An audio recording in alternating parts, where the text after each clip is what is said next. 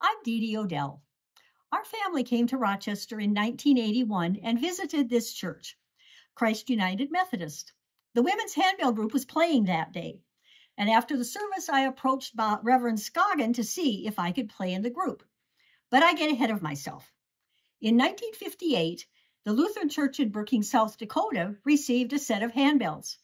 Many of my friends went to that church, and I wanted to join the group too.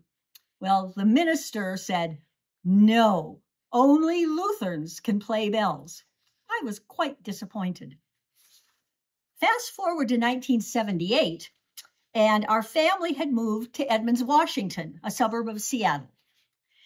We visited a Methodist church, and you guessed it, there were bells playing. I approached the director and asked if it were possible for me to try them out, and he invited me to a practice the following Tuesday. I played that night, and I was at a concert 2 weeks later. To say the least, I became a ding-a-ling overnight.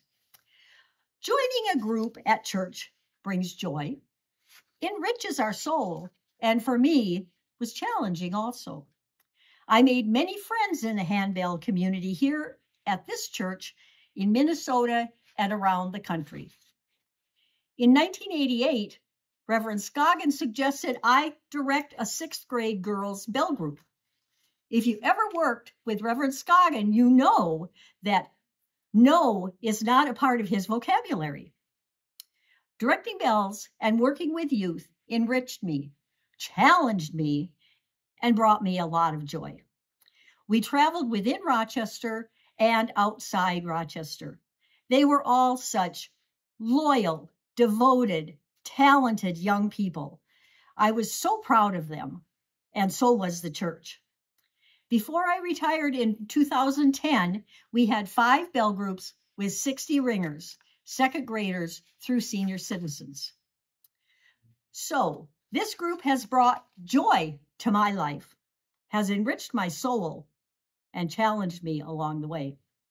I thank this church for letting me spread my wings and try something outside my comfort zone.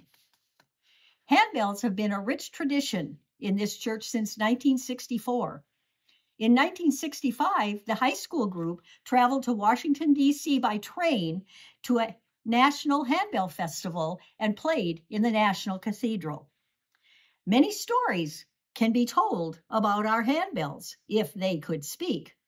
Now, Paul Kingsbury is continuing the story. But most of all, I have found my comfortable niche, my first niche at CUMC, sharing the love of music through handbells. I encourage you to find your comfortable niche here at Christ United Methodist Church.